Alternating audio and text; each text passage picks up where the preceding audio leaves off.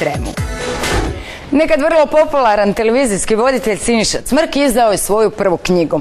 No ne planira stati samo na tome. Kaže, došlo je vrijeme da iz ladice izvuče i ostale svoje rukopise. Svoj nulti sat posvetio je djeci za koju kaže da su njegov osnovni medij, te svima poručuje kako mu ne smetaju etikete koje mu se prišivaju jer on nikada ne želi odrasti. Jelena Prvaš. Za Sinišu Cmrka objavljivanje knjige bila je tek maštarija koja dugo leži na duši. Zatim se pretvorila u igru sa zrncima ozbiljnosti. A danas se Cmrkov nulti sat može naći ukoričen na odjelu dječje književnosti. Ovim odvažnim potezom, svojom prvom izdanom knjigom, kaže, iznenadio je samog sebe, ali i svoje najmilije. Da ne misle ono da je tata bil samo nekakav, sad ne smije to na vašoj televiziji reći, veter. Za temu knjige nije se bilo teško odlučiti. Problemi klinaca su, kaže, oduvijek isti. Oni školski, ali i ljubavni. Išao sam gledati, jel se budem ja vidjel isto na polici.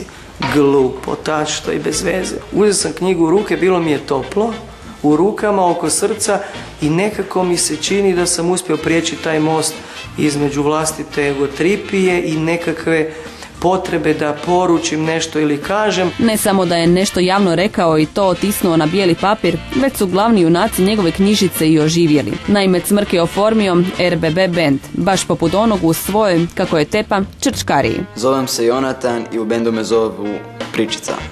Ja sam Piko, ali me u bendu zove Lord. Ja sam Daor, a u bendu me zovu Tornado. Osim dobre zabave i provoda, glavna svrha ovih mladih repera je i pjesmom se zalagati za životne vrijednosti, boriti se za identitet i promovirati školu kao osnovni okvir odrastanja.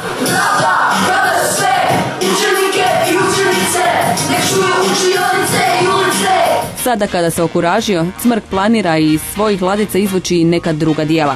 Ona za odrasle, pomoću kojih želi poslati poruku svijetu, a u nastajanju je i drugi nastavak ove dječje zbirke. No ni ovog štiva ne bi bilo da ga na to nije nagovorio veliki književnik i prijatelj, Miro Gabran. Ipak srce mu je na mjestu kada zna da je zeleno svjetlo dobio od djece, za koju kaže da su njegov osnovni medij. Ponosan sam što sam postao dio knjige. Mislim da je Siniša odlično opisao likove.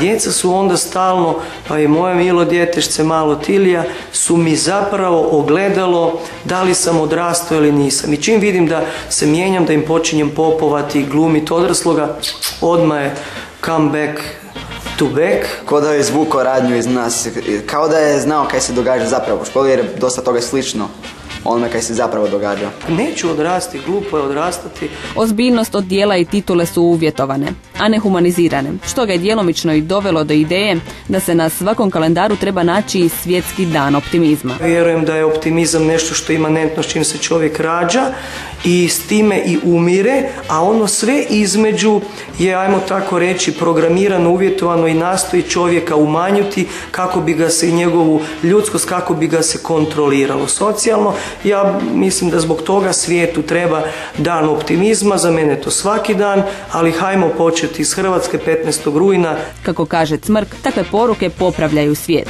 jednako kao i ideja o umanjivanju važnosti materijalnog. Ja sam sretan kad novac nije u džepu i nastojim čim ga dobijem odmah ga razdijeliti u bilo koje svrhe. Novac je samo virtuala, ja sam za puno primitivnije općenje materijalnim, to je trampa. Svjestan je Cmrk kako ga ovakvo viđenje svijeta razlikuje od većine. Ja sam od malena bio čudnovati kljunaš, sviđa mi se biti čudnovatim kljunašem, opće mi ne smeta i u etikete, imao sam i Bogu hvala, nad svakom sam se zamislio. Zamisliti se treba i nad savjetom što ga je Cmrku dao dobar prijatelj. Da ga citiramo: kompa bolje da im se čini nego da uistinu i je.